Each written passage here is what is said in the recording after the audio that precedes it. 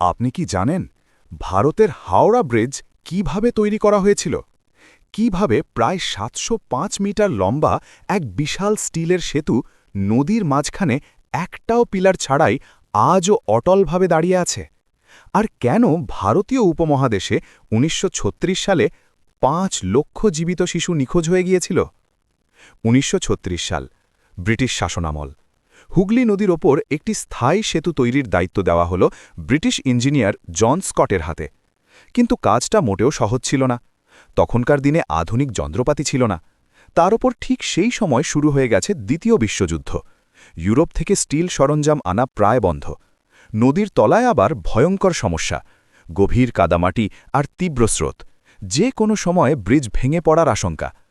লোকমুখে শোনা যায় জন স্কট নাকি দুবার ব্রিজ তৈরির চেষ্টা করেছিলেন, কিন্তু প্রতিবারই হুগলি নদীর স্রোত আর কাদামাটি সব কিছু ভেঙে গুড়িয়ে দেয়।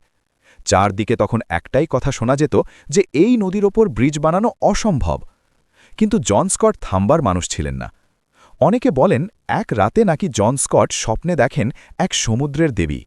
সে নাকি বলেন, যদি তুমি আমাকে ২ লক্ষ জীবিত শিশুর মাথা উৎসর্গ করো, তবে এই ব্রিজ আর কখনো ভাঙবে না। ঝড়, বন্যা, নদীর স্রোত কিছুই একে ছুতে পারবে না। প্রায় ২০০ বছর এটি অক্ষত থাকবে।